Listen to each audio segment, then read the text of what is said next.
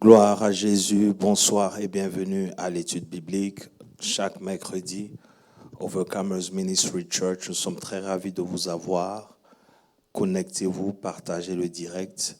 Et aujourd'hui, nous aurons un Bible study d'une certaine dimension. Je vais laisser les hommes de Dieu se présenter. À mon extrême droite, j'ai le docteur. Shalom, peuple de Dieu, nous vous aimons. Que Dieu vous bénisse. Amen. Et à ma gauche, le révérend avec nous ce soir. Shalom, c'est le révérend Christian, que Dieu vous bénisse. Voilà. Et à ma droite. Shalom, apôtre, Dieu vous bénisse. Gloire à Dieu. Voilà. Donc déjà, partagez, préparez-vous pour vos questions. Je vais laisser le révérend, comme c'est très rare de vous voir. Vous allez nous conduire dans la prière et nous allons démarrer l'étude. Prions. Père Saint, nous te bénissons et nous te rendons grâce pour l'opportunité que tu nous accordes, oh Dieu. Nous dédions ce Bible study entre tes mains, Seigneur, soit le commencement et la fin. Accorde-nous cette grâce, oh Dieu, de la connaissance, oh Dieu, afin de partager ta parole à ton peuple. Nous bénissons tous ceux qui nous suivent partout dans le monde, oh Dieu, et que la gloire revienne qu'à toi seul. Au nom de Jésus, nous avons ici prié. Amen. Amen. Amen. Amen. On a envie de dire comme d'habitude, on se reprend, mais ce n'est pas mauvais. Chaque dimanche, nous sommes très, très, très bien nourris. Et ce dimanche encore, Dieu nous a fait grâce. Amen. Nous avons parlé de la bonne terre. La bonne terre. Amen. Amen. Alors, c'est la continuité de l'étude, de tout ce que nous sommes en train de voir jusqu'à présent, en préparation, bien sûr, du 24 hours que nous aurons. Nous voulons être prêts et nous voulons être de bonne terre. Alors, dans cette étude, il sera question de Luc 8. Nous allons prendre le passage de Luc 8 que nous allons lire, et c'est là où nous allons tirer des enseignements pour tout un chacun. Voilà. Dans l'introduction, l'apôtre avait parlé des 4 terres, et bizarrement, nous sommes 4 ce soir. Je sais pas. Amen. Donc, parmi nous, il y a un seul qui est la bonne terre. Par la grâce de Gloire Dieu, à nous Dieu. sommes tous de bonne terre. Alors, Luc 8, le verset 5, à partir du verset 5. Un semeur sortit pour semer sa semence. Comme il semait, une partie de la semence tomba le long du chemin.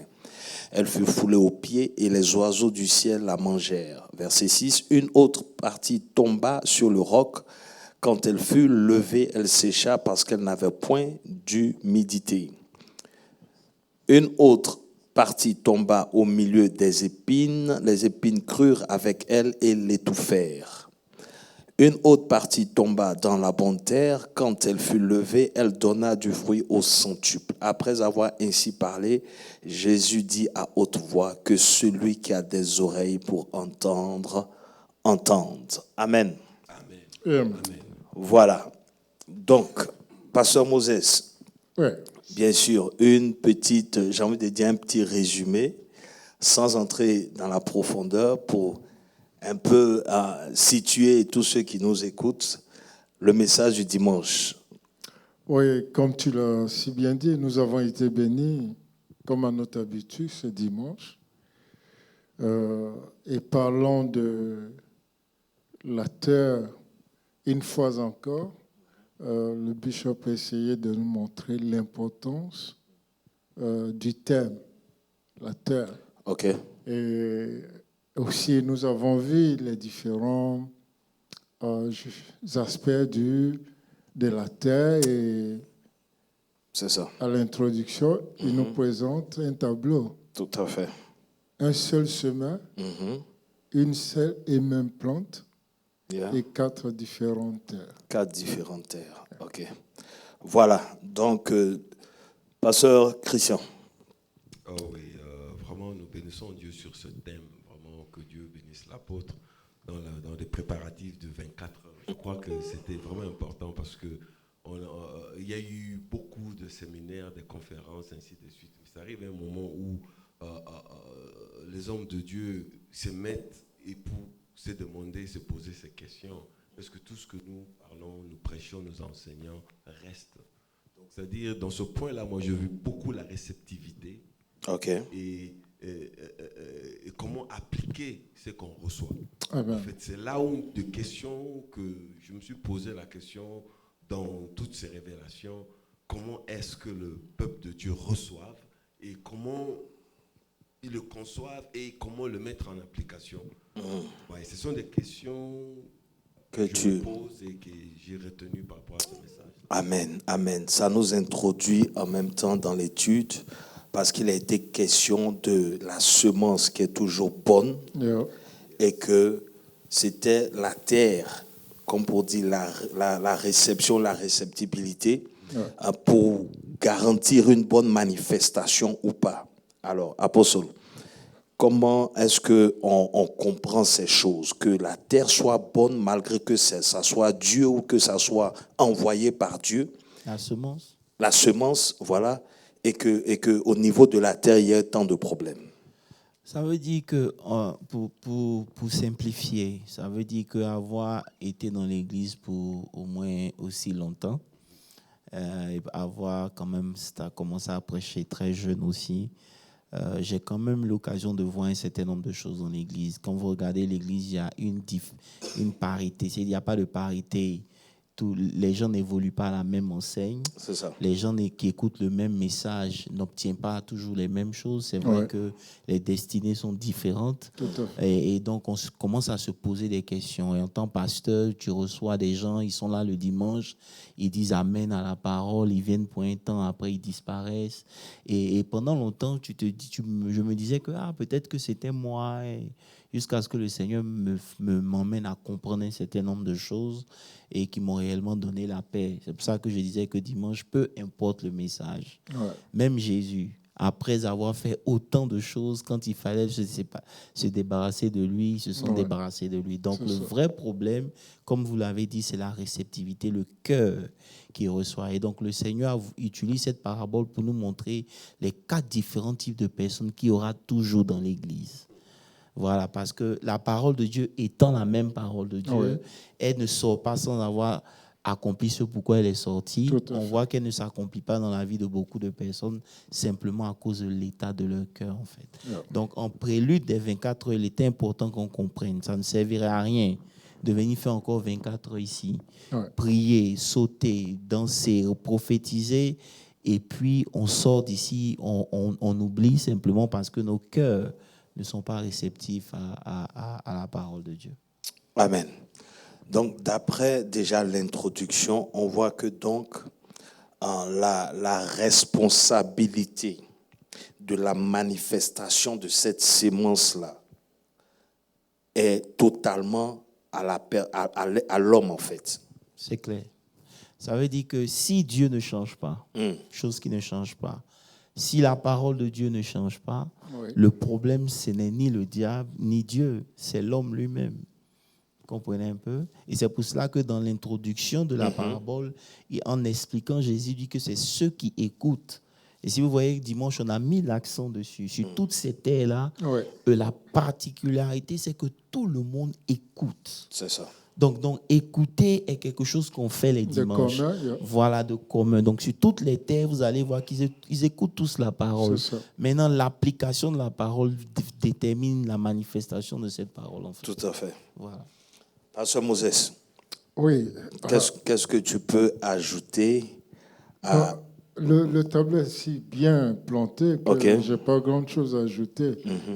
Mais comme on le dit, la répétition est pédagogique. Comme le bishop l'a dit, et vous-même, le problème, c'est la réceptivité.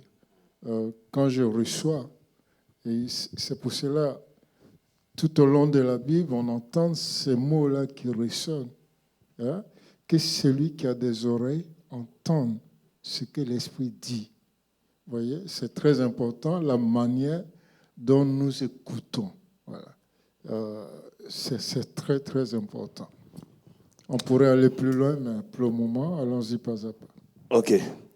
Donc, Pasteur Christian, quand on dit que c'est Dieu, amen, la semence est spirituelle, et que c'est la terre qui a un problème, OK, et que la responsabilité revient à l'homme, c'est-à-dire son cœur.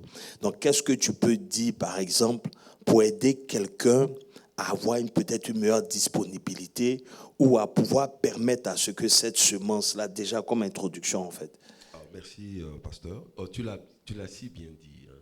La semence est spirituelle. Maintenant, la réceptivité doit être aussi spirituelle. Et quand on donne la responsabilité à l'homme ou au frère ou à la sœur, ça veut dire que nous devons être des hommes et des femmes spirituels. C'est-à-dire que cela me ramène dans le salut. C'est vrai, on ne peut pas juger, le salut est individuel, mais j'ose toujours croire, comme l'apôtre vient de dire, qu'il y aura toujours ces 4 catégories de personnes à l'Église. Et je crois aussi qu'il y a ceux-là qui ont accepté le Seigneur par révélation et d'autres qui ont accepté le Seigneur par sentiment ou par émotion. C'est-à-dire, ce n'est pas l'effet de voir un bien-aimé à l'Église qu'il est vraiment sauvé, qu'il est vraiment devenu homme ou femme spirituelle. Non. Ça veut dire que nous voyons des personnes qui aiment le Seigneur, nous voyons les personnes qui aiment leurs églises, nous voyons les personnes qui aiment bien être dans une des communautés. Maintenant, quand ça entre vraiment dans la matière spirituelle, de comprendre des choses de Dieu, cela fait la différence. C'est-à-dire, la façon dont tu reçois les choses spirituelles, cela dépend comment tu es avec le Seigneur aussi. Donc, la base, c'est déjà comment tu as reçu Christ. Oui. Et c'est ce qui t'aide maintenant à recevoir mieux la parole et à pouvoir la manifester. Ok, c'est un bon point. D'accord. Et revenons dans le contexte du message. Ok. Quand j'ai écouté le message, je me suis rendu compte de quelque chose, apôtre. C'est que la parole est toujours bonne. La parole est toujours bonne. C'est-à-dire, ce qui vient de Dieu est toujours bon. Et le côté où tu as parlé de l'homme aussi peut être une semence. C'est-à-dire, quand il vient te parler, tu es déjà braqué. En fait, je veux encore que tu reviennes sur ça parce que c'est vraiment... Ok. Pour dire pour compléter ce que tu veux dire, je veux ouvrir une parenthèse. Lorsque vous étudiez la vie d'Abraham, Abraham rencontre Dieu, il a quel âge, pasteur Moses?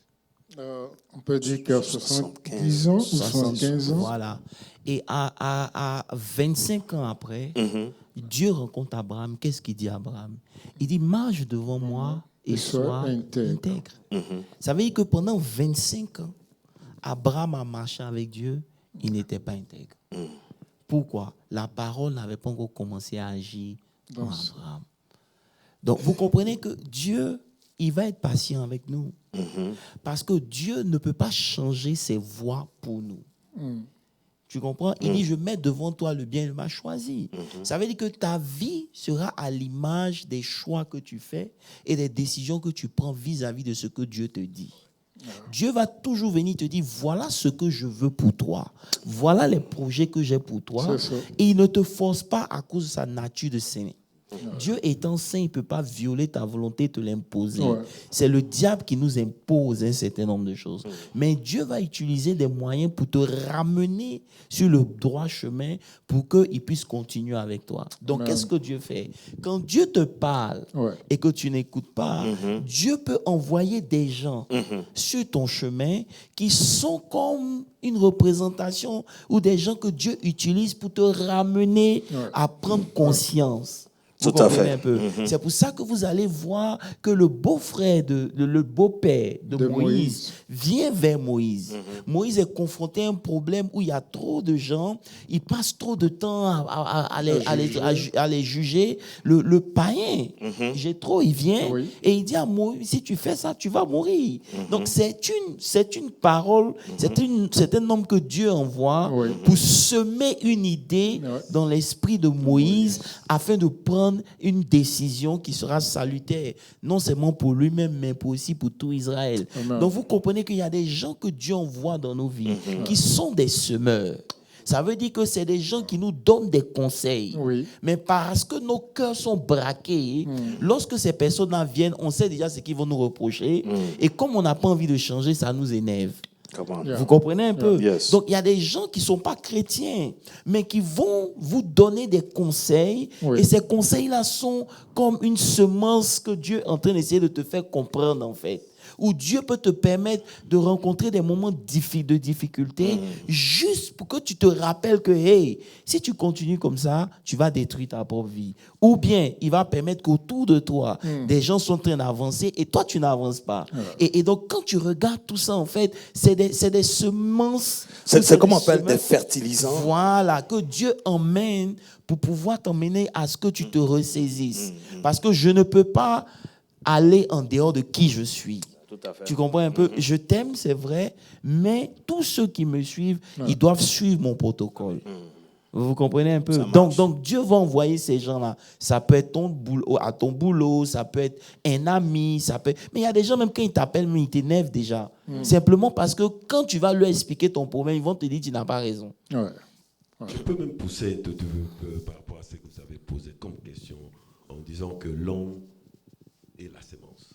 Parlons un peu de ça, cette sémence-là. Je crois que l'apôtre avait essayé de décrire un peu, il nous a donné un tableau, une photo pour voir un peu comment... les processus les différentes étapes. La sémence, et ainsi de suite, jusqu'à la pose. Mais il y a quelque chose que je voudrais juste ajouter là.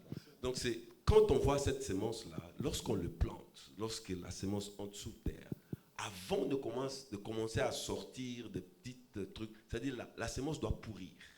Elle doit mourir d'abord. Elle doit mourir, pourrir. Ça doit se gâter en bas là.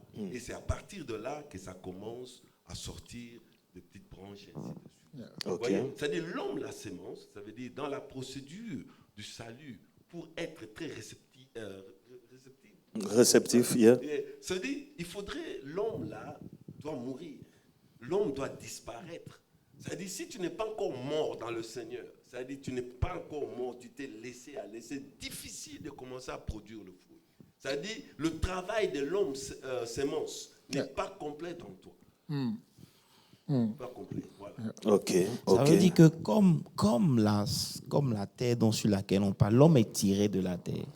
Vous devez comprendre que l'homme étant tiré sur la terre, la semence aussi est quelque chose qu'on met en terre. L'homme est esprit, donc Dieu l'envoie sur la terre. C'est ça. Vous comprenez? Donc c'est juste des figures de style que Jésus utilisait à cause du milieu dans lequel il était pour leur faire comprendre une vérité. Vous êtes une semence de Dieu. Mais si la semence ne entre en terre et ne meurt, elle ne peut porter du fruit. Donc dans le processus de mort, il faut que la parole de Dieu puisse te toucher à toi, que tu renonces. Amen. Parce que celui qui veut gagner sa vie la perd. C'est celui qui perd sa vie qui la gagne. Donc lorsque le semeur lance la parole et que tu sais que ça te touche, tu dois avoir l'humilité pour comprendre que c'est parce que Dieu t'aime.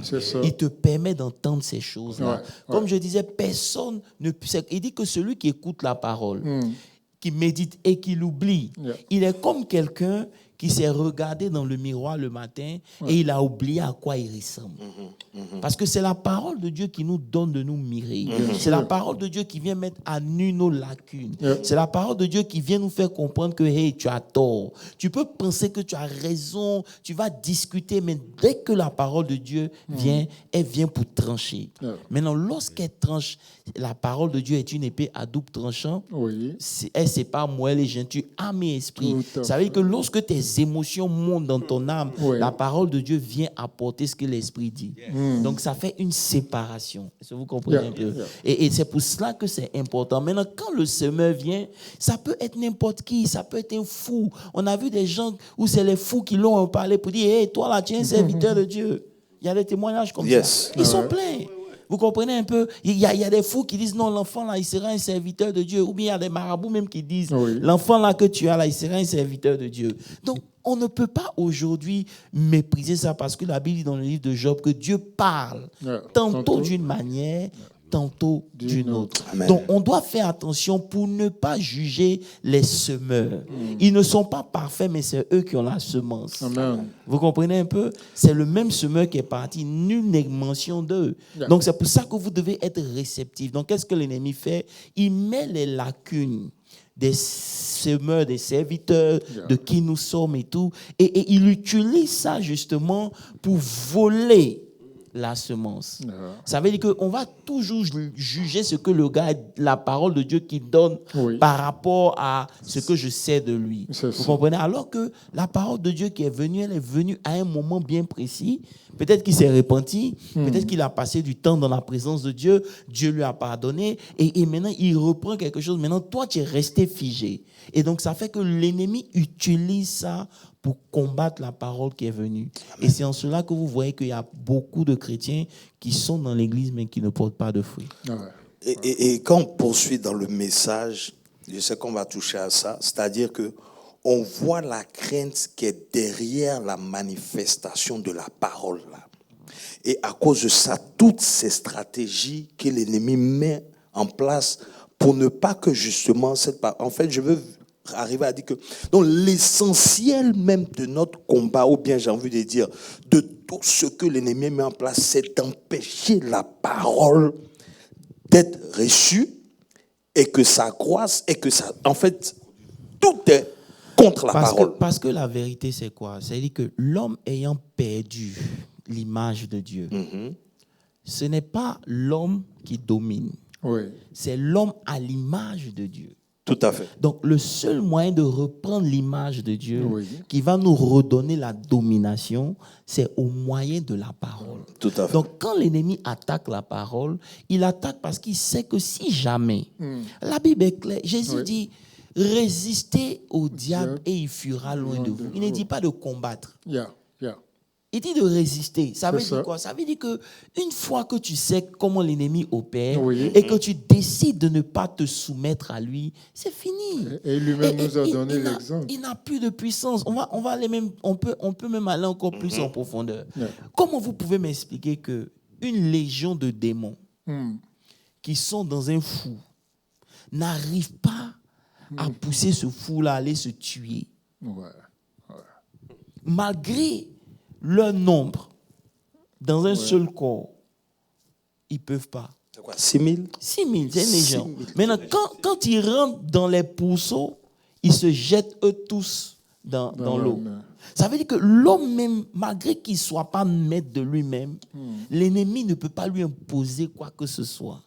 Il vit mal, c'est vrai, mais l'ennemi ne peut pas décider de sa finalité. Vous comprenez un peu? Et c'est très important parce que même quand vous utilisez même Jésus, Jésus a vaincu l'ennemi à la croix. La Bible dit qu'il a dépouillé les autorités, les principautés, en les livrant, n'est-ce pas, à la croix.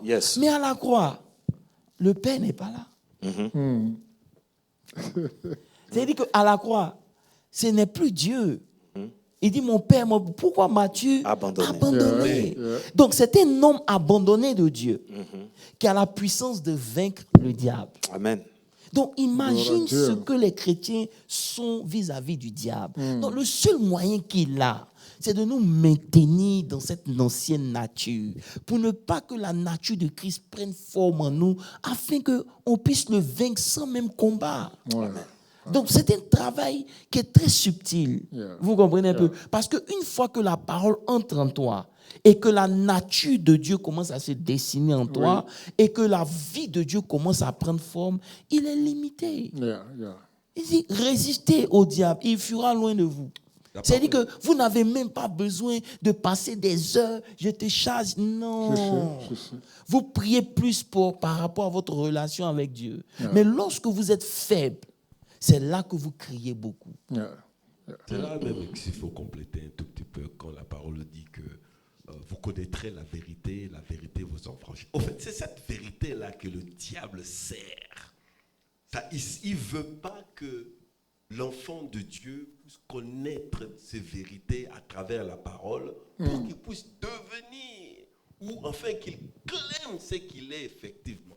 C'est-à-dire c'est là la lutte du malin. Que l'enfant de Dieu ne puisse pas connaître la vérité. Et la vérité, c'est la parole de Dieu. C'est là où il y a le grand travail. Et la Bible l'affirme très bien. Nous ne périssons pas parce qu'on ne prie pas. Le peuple ne périt pas parce qu'il ne gêne pas. Mais le peuple périt parce qu'il lui manque la connaissance. Or, cette connaissance, c'est quoi? C'est la parole. À vous entendre, homme de Dieu, permettez-moi de poser C'est-à-dire que, mais la parole, on entend la parole. Je veux dire, c'est vrai qu'on dit que c'est la parole. Oui. En fait, on reçoit la. En fait, ce que j'essaie de dire, c'est quoi? C'est que le chrétien aujourd'hui est exposé à tellement de choses qu'il pense être la parole aussi. Parce que Dieu t'emmène ici. C'est pour que tu écoutes cette parole-là qui va... Vous voyez ce que je veux dire? Maintenant, tu écoutes quelque chose ici, tu vas écouter autre chose, tu vas écouter autre chose, tu vas écouter autre chose. En fait, je ne sais pas si... C'est de ça qu'on a parlé dimanche. On a dit que il y a tellement de passages, tellement de paroles, mais le Saint-Esprit est en nous et nous donne le discernement. Nous tous, on sait que payer la dîme, c'est important. Tout à fait. Mais aujourd'hui, à cause de ce que certains ont entendu, certains enseignements qui ne sont pas bibliques même, ils ont pris quelques versets, effectivement, ils sont perdus. Est-ce que vous comprenez un peu? Malgré que le Saint-Esprit leur dit, ils choisissent de faire autre chose. Donc, juste pour dire quoi? Ça veut dire que la parole de Dieu, elle est prêchée. On a le Saint-Esprit pour nous témoigner à notre esprit que ça vient de lui. Oui. Ça, c'est un. Et de deux, c'est nous-mêmes qui choisissons de croire ou de ne pas croire. Et c'est là qu'est le problème. Parce que quand le semeur s'en va, il sème. C'est la même semence-là qu'il a semée. Mais c'est tombé le long du chemin. Oui. Le long du chemin, c'est une réalité. Ça veut dire que dès que la parole est prêchée, l'ennemi est aux aguets. Donc c'est pour cela que si tu veux porter du fruit, tu dois discerner. Qu'est-ce que l'ennemi envoie vers toi qui te déconnecte rapidement de la parole de Dieu? Je ne sais pas si vous me suivez un peu. très clair. Parce que c'est son arme. C'est pour ça qu'on a parlé de la bonne terre, mais on n'a pas touché directement la bonne terre. On n'est pas encore arrivé Lorsque vous voulez étudier, comme je dis, vous voulez connaître les faux billets, vous n'allez pas étudier tous les faux billets qui sont là. Parce que ça ne fait que sortir. Vous cherchez à étudier le vrai billet. Quand vous connaissez le vrai billet, tout faux billet qui viendra, vous pouvez discerner. Mais lorsque vous ne connaissez pas le vrai billet, vous ne saurez pas faire la différence. C'est en cela qu'il a dit, si vous demeurez dans ma parole et que ma parole demeure en vous, c'est alors que vous serez mes disciples. La différence entre Adam et Jésus, c'est que Jésus avait le « il est écrit », Adam ne l'avait pas. Ça veut dire que quand l'ennemi est venu s'aimer le doute dans l'esprit de Ève, elle est en train de réfléchir, est-ce que Dieu a réellement dit? Mais quand la même tentation vient vers Jésus, Jésus dit, il est écrit. Amen. Donc ça veut dire que ce qui est écrit, c'est ce qui est. Ce n'est pas ce que je pense, ce n'est pas ce que je crois, ce n'est pas ce... Non, si ce que je crois n'est pas en rapport avec ce qui est écrit, c'est que ce que je crois n'a pas de valeur. Amen. Très bien dit. Si ce que je crois n'est pas en rapport avec ce qui est écrit, ce que je crois n'a aucune valeur. Amen. Et pour préciser que le Saint-Esprit ne va pas contredire la parole de Dieu.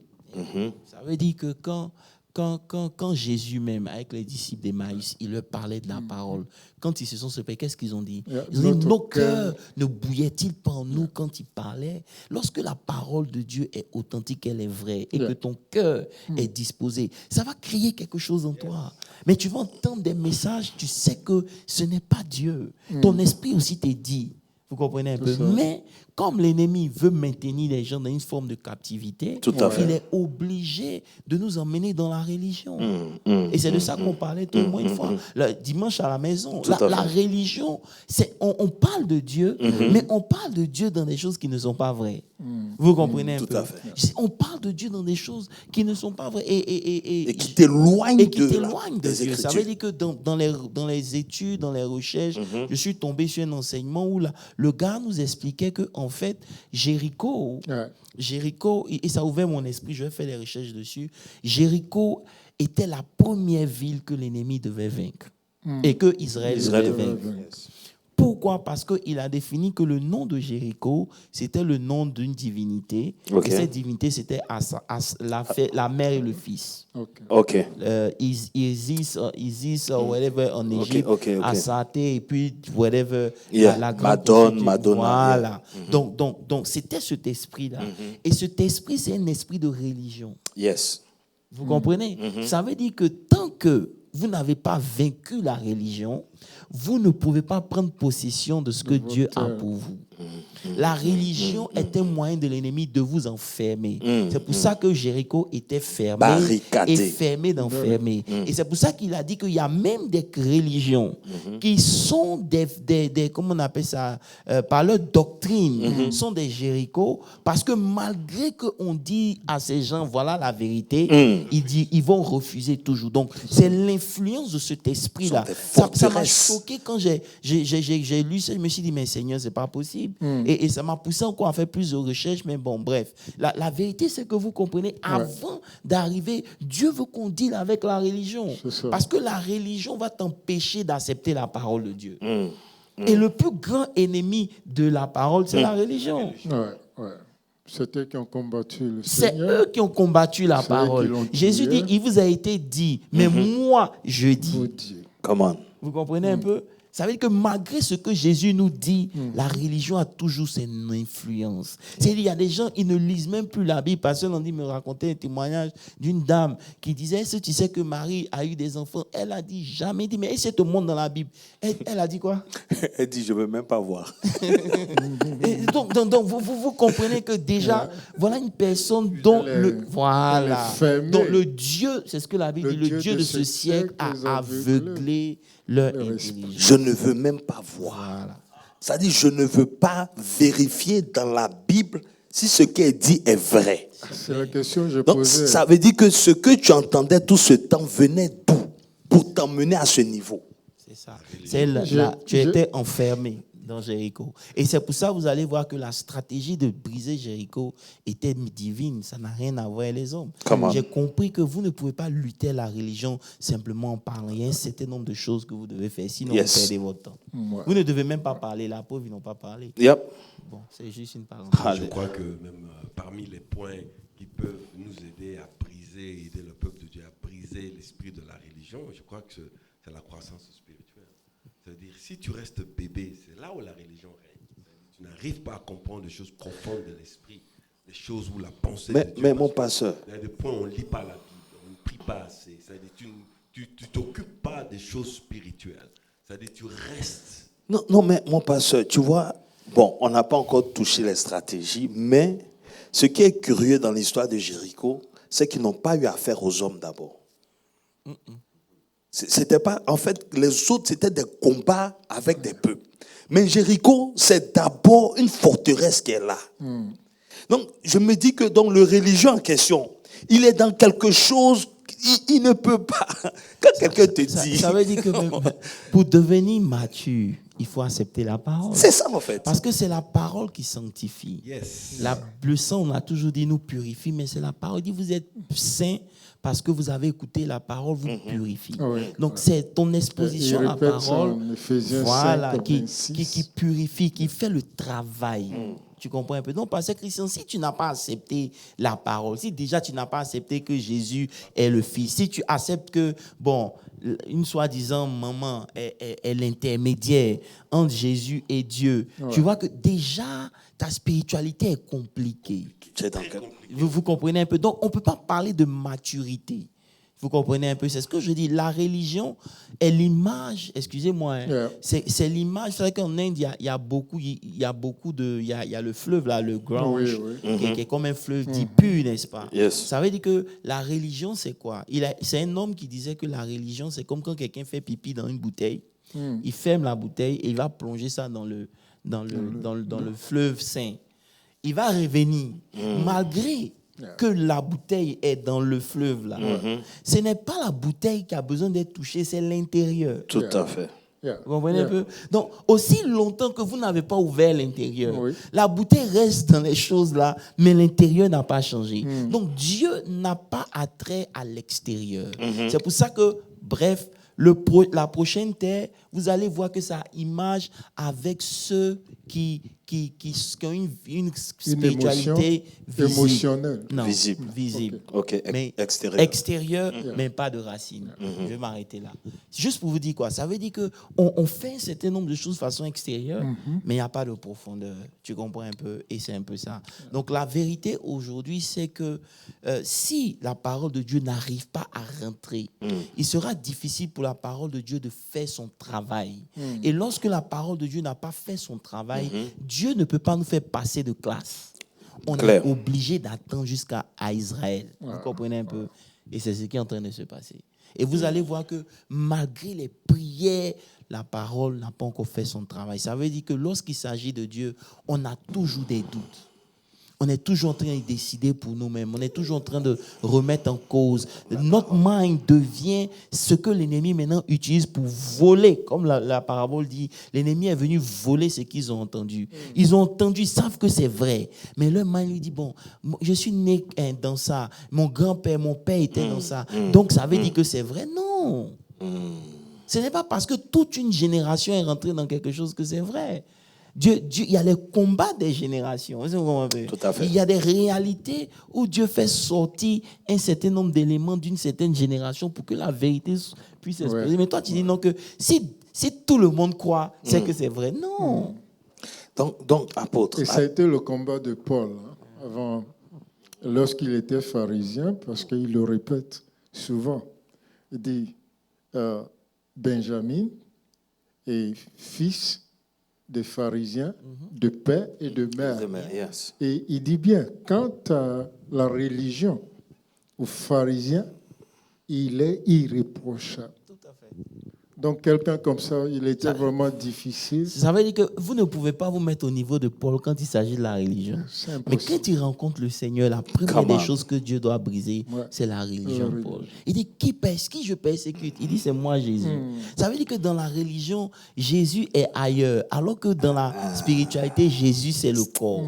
Je ne sais pas si vous comprenez un peu. Donc, vous ne pouvez pas quitter les choses naturelles pour les choses spirituelles si les choses naturelles vous dominent encore. Parce que la religion, ce n'est pas ce que Jésus est venu enseigner. Il est venu enseigner nos relations. Et ça, c'est ça qui est la vérité. Ouais, bref. Amen. Amen, amen. Tu as touché le message du pasteur. Quel message? Ok. Amen. Amen. Oh là là, comment est-ce qu'on peut avancer? Bon, on va faire un effort, on avance. Alors, donc pour revenir dans le texte rapidement, on avait dit que lorsqu'on écoute, le diable s'arrange à ce que, avant même que la parole, comme pasteur Christian a dit, la semence puisse s'ouvrir. Parce que la semence, elle est là, elle est brute. Elle rentre en terre, elle doit pourrir. Cette ouverture-là qui permet à ce que le processus de germination commence. Donc, avant qu'on en arrive là, le diable s'arrange à ce qu'il y ait des situations au point où ce qu'on a pensé là n'est plus de poids dans notre esprit. Ça nous a été volé. Pourquoi? Parce qu'il y a une situation qui s'est passée et il y a un problème qui est venu, il y a quelque chose qui est venu et automatiquement, la disposition qu'on avait prise vis-à-vis de ce qu'on avait entendu, on laisse tomber. Yes. Vous comprenez? Le diable vient de te voler la parole. Donc, tu dois faire attention pour comprendre qu'est-ce qui est en train de se passer. Qu'est-ce que l'ennemi utilise pour que tu sois toujours fâché, tu sois toujours dans un état d'esprit qui t'empêche de laisser la parole travailler dans ton esprit. Parce que lorsque vous ne regardez pas tout ça et que vous êtes calme, le Saint-Esprit va venir te dire, mais dimanche on disait que tu avais gros cœur. Tu ne crois pas que tu as gros cœur? Et automatiquement le processus commence. Tu dis, Seigneur, c'est vrai que vraiment... cette histoire de gros cœur là, il faut que ça s'arrête. Tu sais quoi? Je vais jeûner demain. Tu commences à jeûner, tu commences à prier. Ce que tu es en train de faire, c'est la semence qui est en train de s'ouvrir. Elle doit maintenant prendre racine pour que demain, les racines t'empêchent de faire un certain nombre de choses. De réagir comme ça. Voilà. Mais lorsque ça t'a été volé, ça n'a pas eu le temps. C'est pour ça qu'on va dire, hey, voilà, vous devez jouer avec moi. Moi, si je t'insulte ici, tu vas voir. Mais attends, ça fait 50 ans que tu es chrétien. Mais tu continues toujours d'insulter de la même manière. Ça veut dire qu'en réalité, rien n'a changé. Et on dit, ne serait-ce pas une mauvaise interprétation de la Bible qui nous a emmenés à être dans la religion? Ne serait-ce pas notre mauvaise interprétation de la Bible qui nous amène à être dans la religion? Fort possible. En fait, on a rencontré la religion avant de rencontrer Dieu. C'est la religion qu'on nous a présentée. Et ça fait que maintenant qu'on est rentré dans la religion, on est resté dans la religion. Alors que la religion, souvent, est le moyen que Dieu utilise pour se présenter à nous comme Paul. On peut prendre l'exemple de Paul. Oui. C'est-à-dire que l'interprétation de Paul des Écritures ont fait de lui un religieux. Jusqu'à ce qu'il parvienne à la révélation des Écritures, il a changé de position. Oui, donc notre mauvaise interprétation fait de nous aussi des religieux, souvent. Ça, c'est vrai. Et si même on revient à ce que tu as dit plus tôt, à savoir que Christ n'a pas apporté la religion, mais il a plutôt apporté une intimité, une relation d'intimité avec Dieu. Parce que c'est cette intimité qui a été rompue dans le jardin d'Éden. Vous voyez, Dieu avait l'habitude de rencontrer Adam et Ève, mais après le péché, on a vu que cette rencontre n'était plus possible. Et c'est que nous appelons la mort, puisque les gens disent Adam n'est pas mort. Mais cette mort, en réalité, était une séparation, c'est-à-dire de leur communion avec Dieu. Donc, maintenant, la religion vient. Et la religion est définie en latin comme étant religare, c'est-à-dire l'effort de l'homme. L'effort de l'homme pour atteindre Dieu. Oh, Jésus, lui, ne nous demande pas de faire des efforts. Tout à fait. Il nous demande d'avoir une relation. C'est ça. Mais l'élément clé qui a été touché même déjà au départ, le cœur. Parce qu'on se rappelle comment Dieu parlait à Israël dans le désert. Il dit que vous m'adorez du bout des lèvres, mais votre cœur est éloigné de moi. Et moi, je me rappelle, par exemple, dans mes temps de religion, ce qui a poussé ma curiosité, en fait, c'est que l'enfant de Dieu a un cœur qui cherche Dieu. Tu vas voir que tu peux être dans une religion, mais il y a ton cœur bouillonne en fait pour Dieu. Pour Dieu. Pour connaître les choses de Dieu. Voilà. Donc quand vous avez mentionné le cœur, en fait, c'est ça. Et c'est pour ça qu'il dit, je viens, je frappe à la porte de ton cœur. Et à ce niveau-là, je pense que c'est là où se fait la distinction. C'est pour ça qu'on dit toujours de protéger son cœur et de toujours se remettre en question. Se remettre en question, c'est toujours au niveau justement du cœur.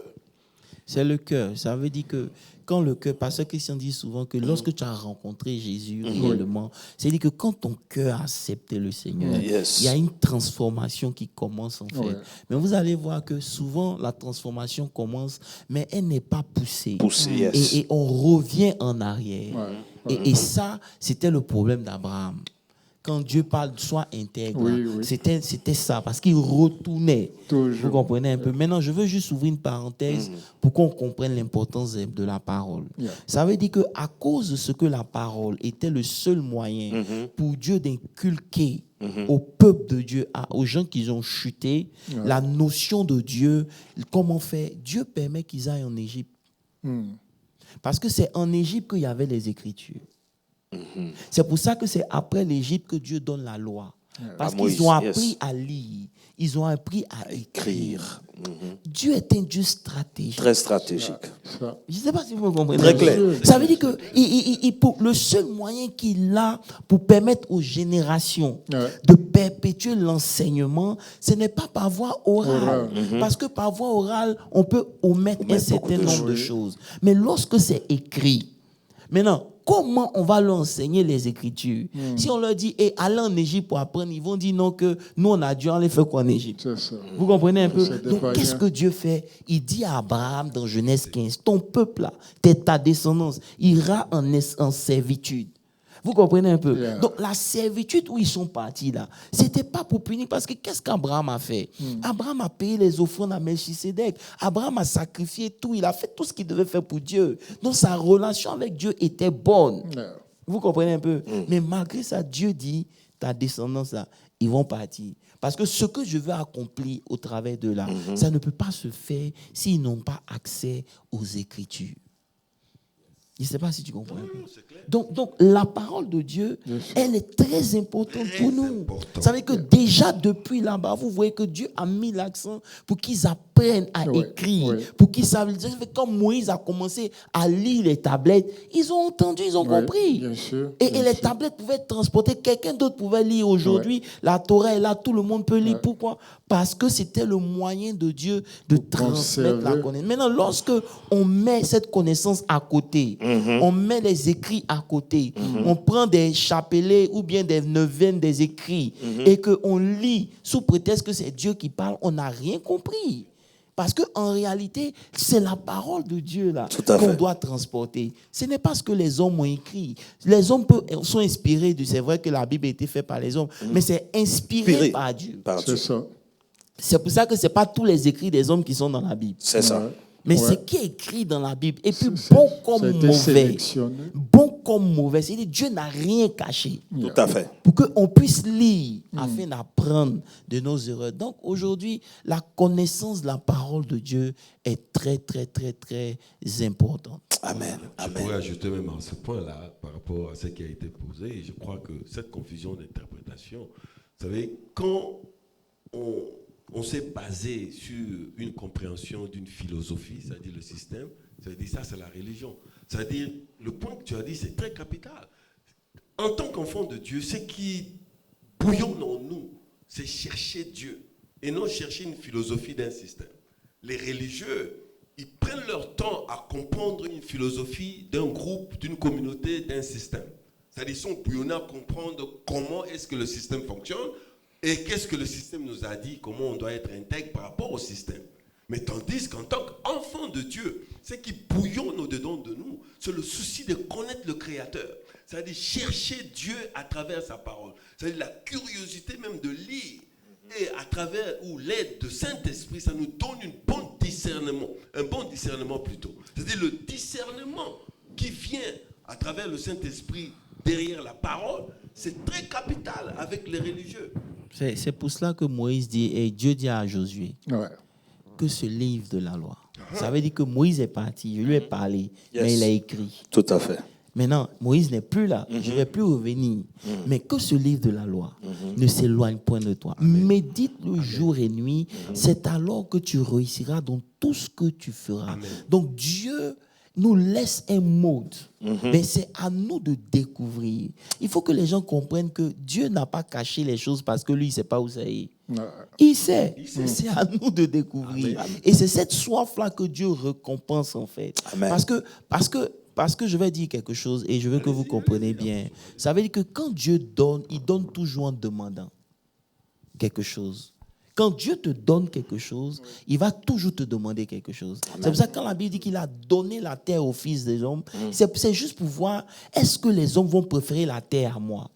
Comment? Tu comprends un peu? Donc quand Dieu oh mais non, je vais laisser ce côté-là. Mais Dieu, il va toujours remplir ta soif. Yes. Ça veut dire que lorsque il te bénit et que tu continues de le chercher, c'est là que Dieu prend plaisir. Tout à fait. Mais vous allez voir que comme le diable ne veut pas que tu cherches Dieu, quand il n'arrive pas à envoyer les problèmes pour t'empêcher de méditer, il permet aussi la bénédiction. Tout à fait. Il permet que tu sois heureux. Il permet que tu aies l'argent. Ça fait que même pour gêner, ça devient difficile. Pour te séparer des choses, ça devient difficile. Donc finalement, ton cœur est sur les choses de la terre.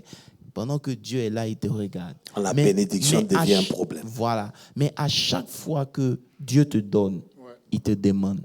C'est en te demandant même qu'il te donne. Vous comprenez? Quand Dieu fait quelque chose pour toi, il attend que tu fasses aussi quelque chose pour lui. Tout à fait. Tout à fait. Il y a une pour question. Revenir sur cette question. Non, il y a une question. Il y a une deuxième question. Oui, je l'ai lu.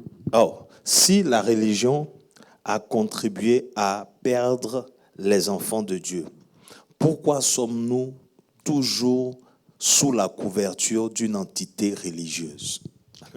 Bon. Non, elle est très simple, sa question. Il ne faut pas confondre la religion. Quand tu parles entité religieuse, tu parles de l'Église. L'Église, c'est le corps de Christ. Si tu es chrétien, tu dois appartenir à une Église. Tu comprends un peu? Ne confondons pas les choses. L'entité religieuse et puis l'Église, c'est deux choses différentes. Ok? Quand on parle d'entité religieuse, quand on parle de religion, on parle ici de doctrine. Comprenez un peu. Mais l'Église, c'est quelque chose, c'est le corps de Christ. C'est-à-dire que tout le monde doit appartenir à une Église locale. Comprenez un peu. C'est très important pour ta croissance parce que là où tu es, là, tu ne peux pas connaître Dieu de toi-même. Il faut qu'on t'enseigne Dieu. Il faut qu'on t'apprenne. C'est pour ça que même Paul, Dieu lui a dit, va chez le prophète. Tu comprends un peu? Il va prier pour toi. Ananias. Et il va t'enseigner un certain nombre de choses. Est-ce que vous comprenez un peu? Donc, personne ne devient un chrétien mature par lui-même. Il a besoin d'appartenir à une église locale où on lui enseigne un certain nombre de choses. Maintenant, ce qu'on lui a enseigné là, c'est ça qu'il prend et dans sa recherche personnelle, dans ses temps d'intimité, il médite dessus, il prie et puis Dieu augmente en fait. Amen. Voilà, son esprit s'ouvre. Ça veut dire que tu peux lire ta Bible, tu ne comprends pas, mais le dimanche, quand tu viens, le pasteur va prêcher sur ce que tu as médité. Tu vas te dire, donc maintenant j'ai compris. Donc c'est comme ça que le Seigneur opère. Donc ne confondons pas la religion dans son ensemble. Tout à fait. Et puis l'église locale. Voilà. Et pasteur Moses a dit quelque chose parce que la religion, ce n'est pas l'église, comme tu as dit. La religion, ça te ramène même à Genèse 1, 26. Tu vas voir que Dieu a dit de dominer. Dieu n'a jamais dit de dominer l'homme. Mais la religion a un esprit de domination sur l'homme. C'est pour ça que la religion a été utilisée pour apporter la colonisation. Et parlant même de religion, mon pasteur, comme tu le dis si bien, on a plusieurs formes de religion dans le monde. Tout à fait. Donc, il y a plusieurs religions. Donc, l'Église n'est pas une entité religieuse. Et je veux aussi dire que les Juifs ont mal compris la méthodologie de Dieu. Si vous vous rappelez, je crois il y a 2 dimanches en arrière, le bishop Tano a touché un peu l'aspect. Quand nous regardons l'aspect du tabernacle et la disposition des différentes tribus, on s'aperçoit que le tabernacle au centre du peuple. Et le peuple entourait.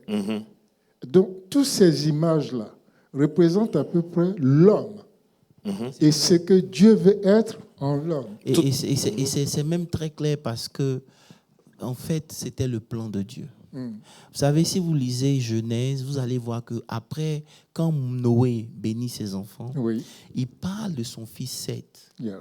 Il dit que par eux, là, Dieu va revenir habiter au milieu des hommes. Amen. Donc, c'est cette prophétie-là que Dieu a réalisée au travers d'Abraham. Il a choisi un peuple. Tout à fait. Tu comprends un peu? Mais en réalité encore, ça veut dire que ça n'avait la naissance de l'homme, là, c'était par rapport aussi à Dilek, le diable. Yes. C'est tout. Mais bon, on en reparlera. Donc, je veux simplement dire que, pasteur Moses, effectivement, le plan de Dieu de venir habiter au travers les âges, c'était de préparer. Parce que tu vas voir un exemple bien simple. Dieu a besoin qu'on fabrique le tabernacle, on est d'accord?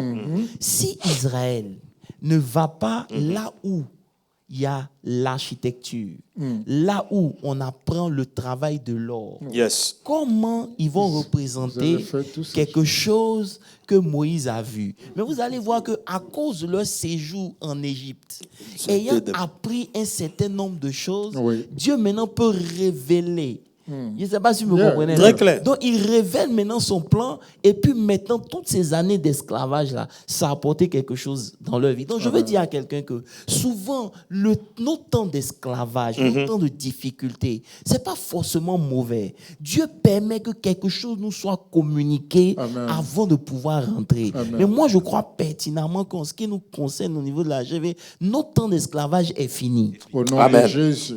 Donc, il y a des choses qu'on a apprises qui vont maintenant se manifester. Amen. Je ne sais pas si on peut dire Amen. Amen. Non, moi je dis Amen. Donc, vous comprenez que quand il dit que ton peuple, ta descendance sera en esclavage, là, mais je jugerai la nation, ça c'est un, et ils sortiront avec de grandes richesses. Yes. Vous comprenez un peu? Donc, Dieu, il se prépare, il ne se fatigue pas. Est-ce que peut dire quelque chose sans qu'on se fâche? Bien sûr. Ce n'est pas tout le monde qui peut vivre dans la liberté. Ça, c'est clair. Sans s'égarer. Sans s'égarer. Ça, c'est clair. Vous comprenez? Ce n'est pas tout le monde. Donc Dieu souvent est obligé de nous mettre sous une forme d'esclavage pour nous permettre de nous contenir.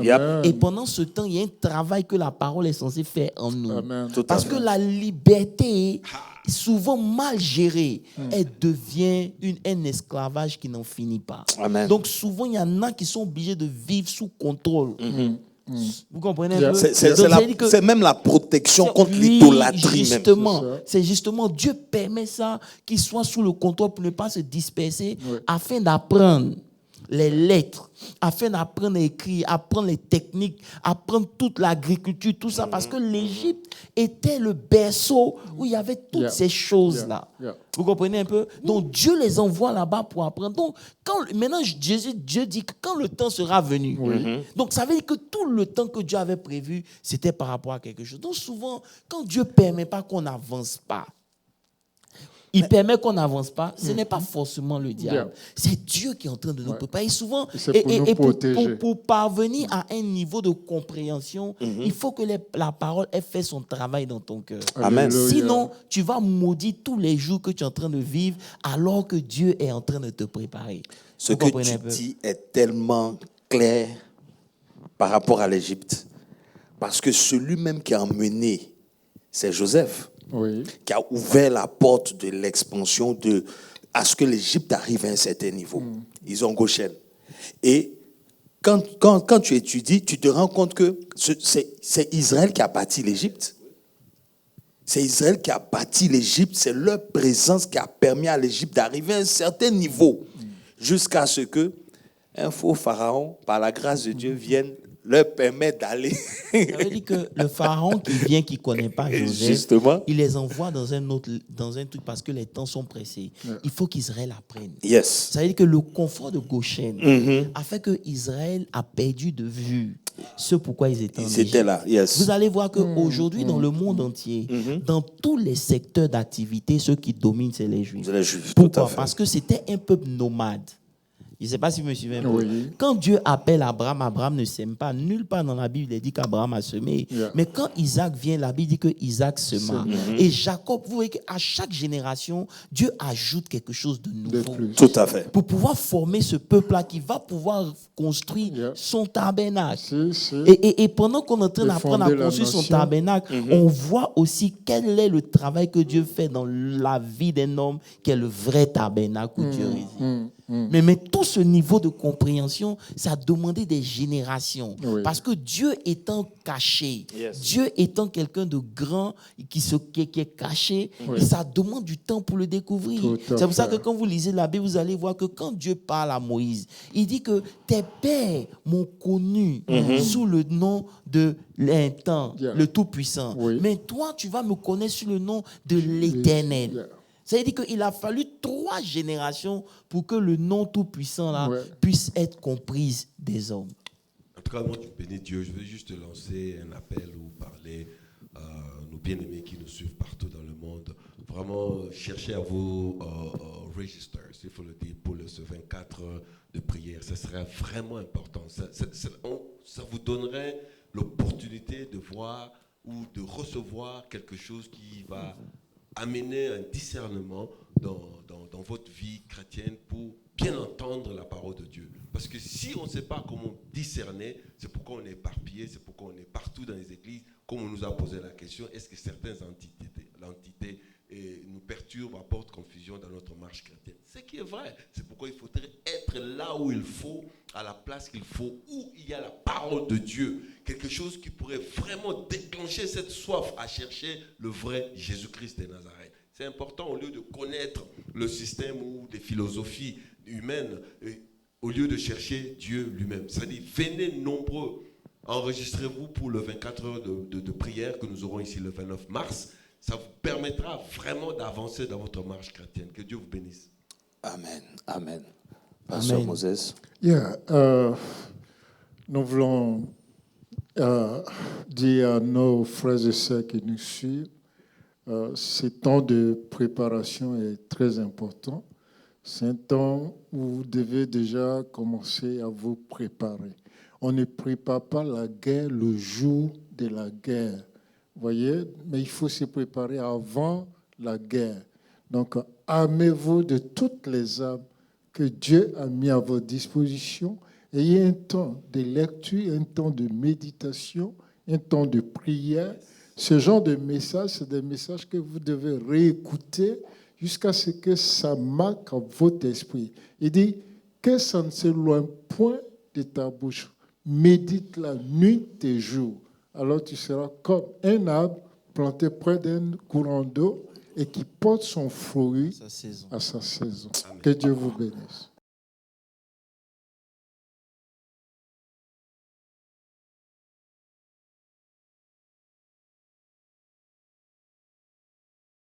Tu as parlé de la préparation avant la guerre. Comme nous sommes champions d'Afrique, je vais dire que on se prépare avant la finale. C'est ça. C'est-à-dire que, j'espère que tu n'es pas en colère. Ça va? D'accord. C'est Côte d'Ivoire, Nigeria. Non, c'était contre le Congo en demi-finale. Mais anyway. Donc, ce que je veux dire, c'est que le match peut se jouer dimanche, mais tu vas voir que les entraînements prennent plus de temps que la rencontre elle-même. Amen. Et je veux dire à quelqu'un que organiser un événement comme le 24 Hours, croyez-moi, ce n'est pas pour la joie dans le camp de l'ennemi. Tout à fait. En fait, on ne mesure pas le niveau d'importance d'un hôtel de prière comme ça pendant 24 heures et ce que ça peut causer comme dégâts dans le royaume des ténèbres. Et donc, par rapport à ça, vu ce qu'on est en train de dire, par rapport à la ville de Dallas, par rapport au corps de Christ, les nations africaines, tout ce que nous traversons, je pense que c'est un carrefour tellement élevé spirituellement qu'il faut vraiment nous préparer. Donc, que Dieu vous bénisse, préparez-vous et on se retrouve le 29 mars. Voilà, Amen. Tout ce que je peux dire, c'est que ces 24 heures seront très spéciales parce que, en ce qui me concerne, j'ai décidé de me préparer pour intervenir plusieurs fois. Ça veut dire que je ne vais pas perdre de vue la vision que Dieu m'a donnée pour ces 24 heures. C'est vrai qu'on reçoit des hommes de Dieu et tout, mais j'ai décidé de prendre sur moi, en tout cas cette fois-ci, de préparer. Et l'un des textes qu'il m'avait donné, c'est Joël 3, le verset 9, où il dit « Publiez ces choses parmi les nations, préparez la guerre, réveillez les héros, qu'ils s'approchent, qu'ils montent, tous les hommes de guerre. » Au verset 10, « De vos royaumes forgez des épées. » C'est-à-dire de vos trucs que vous prenez pour cultiver là. Transformez ça en épée. Le tabac, voilà, les tabacs, tout ça. Et que le faible dise, je suis fort. Donc, on est en train de préparer une armée. Je crois que c'est les 24 heures de la maturité. Amen. Amen. Parce que ce qui va sortir de là sera très productif. Donc, comme Pasteur Landry a dit, priez pour vous-même, préparez-vous parce que l'ennemi sait que ça ne sera pas quelque chose de simple. Et comme il n'aime pas être vaincu, mais comme je vous ai dit, s'il n'a pas pu vaincre quelqu'un dont Dieu a retiré l'esprit, Dieu s'est séparé sur la croix, qui est notre maître. Ce n'est pas nous, il va vaincre au nom de Jésus. Amen. Que Dieu vous bénisse et bonne soirée.